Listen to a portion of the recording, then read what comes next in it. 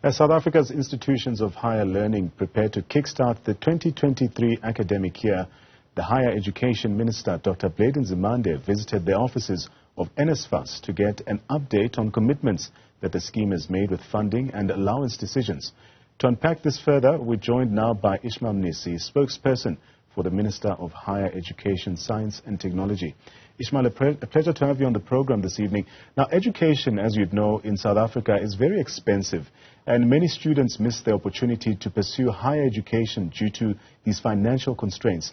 However, there are several options for financial assistance. Firstly, talk us through the role that NSFAS plays to ensure such students actually finish their studies. Well, thank you very much, Ntanta. I hope you can hear me regardless of the noise in the background. No, it's fine. Go ahead.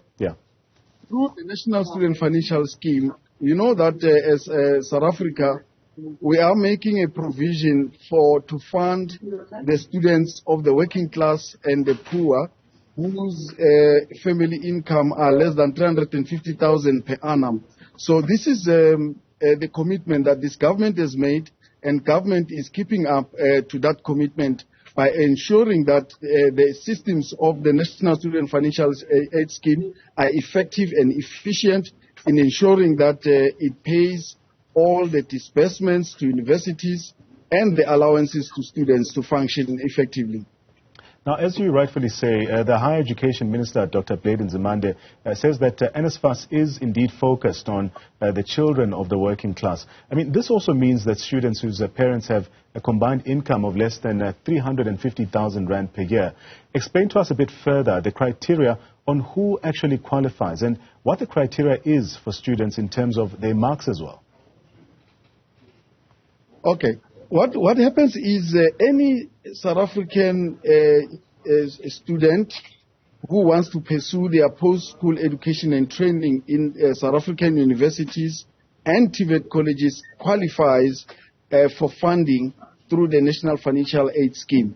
Now, what those students will have to do, they will need to prove that their family income is less than 350,000 per annum of their parents or their legal guardians.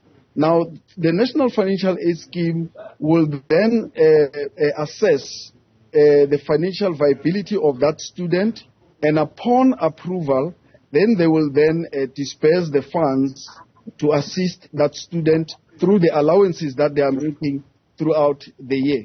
Now, those students that will be funded by NSFAS are funded for their tuition, they are funded for their accommodation and their living allowances that, as we have announced this year, the living allowances that are now paid directly into the student's account. And this is one innovation that the minister was taken through today at the offices of the National Financial Aid Scheme, which is a significant improvement from what we used to have before. Let's track back slightly. As you know, NSFAS was placed under administration back in 2017, and more recently, about 35 students were caught out for supplying incorrect information, often the money that is misused for purposes other than their studies even. Has the department had anything to say about some of these issues that have been highlighted? Definitely. The department is worried about those students who have been found defrauding the National Financial Aid Scheme. We have said it last year that NSFAS has picked up that there are those that are benefiting fraudulently, and particularly those that are supplying information which is incorrect. However, we are very happy that we are now working very closely with Home Affairs, with the South African Receiver of Revenue, and also we are working with SASSA to verify the information that is being provided by all the applicants. And through this system, we then are able to pick up those that have been benefiting from the system and who are not supposed to be benefiting. And this is the reason why the minister has called upon all those students to declare, those who have benefited irregularly to declare, so that they then can receive some kind of pardon. But for those that do not declare and the system fines them, unfortunately we will have to take legal recourse against all of those. And believe you me, we have found that there are those that have benefited, and their time is running short because we'll be after them very soon.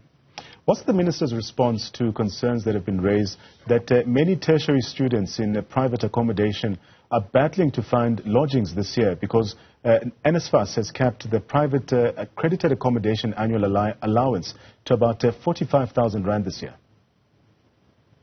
Look, according to the information in our position, those institutions that are falling above the capped allowances of 45,000 per annum are only 4, and we have spoken to those institutions that they must engage with NSFAS management. In actual fact, as we speak, there are engagements between NSFAS and those institutions to make sure that they appeal to NSFAS so that their accommodation, specific accommodation that they want us to assist them, can be looked into. So there are measures that we are taking to make sure that there is no student who stays in those residences that will be left unattended. So we appeal to the institutions that they must engage with NSFAS, those that have not, who are still having challenges, but we are going to make sure that those institutions are addressed.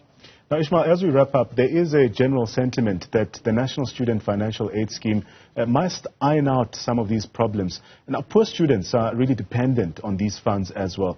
What assurances can the department give to ensure that this scheme is sustainable, really? Look, this year, let me indicate that we are funding more than 1 million students at the value of about 47 billion. That will be dispersed to those students.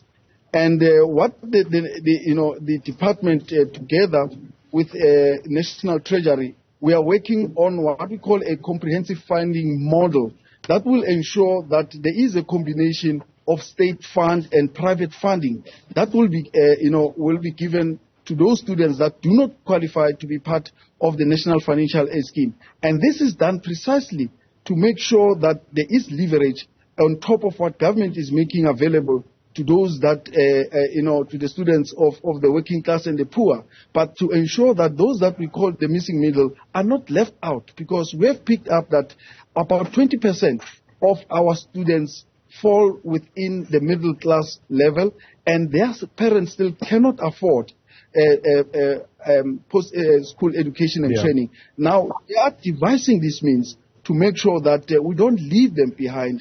And we are talking with the industry players, the banks, and other financial institutions who now have declared interest to work with us to make sure that we find mechanisms to fund those who are falling outside of the NSFAS criteria. That was the spokesperson for the Higher Education Minister, Dr. Nzimande, Ismael Mnisi, of course taking us through the Minister's visit to the offices of NSFAS.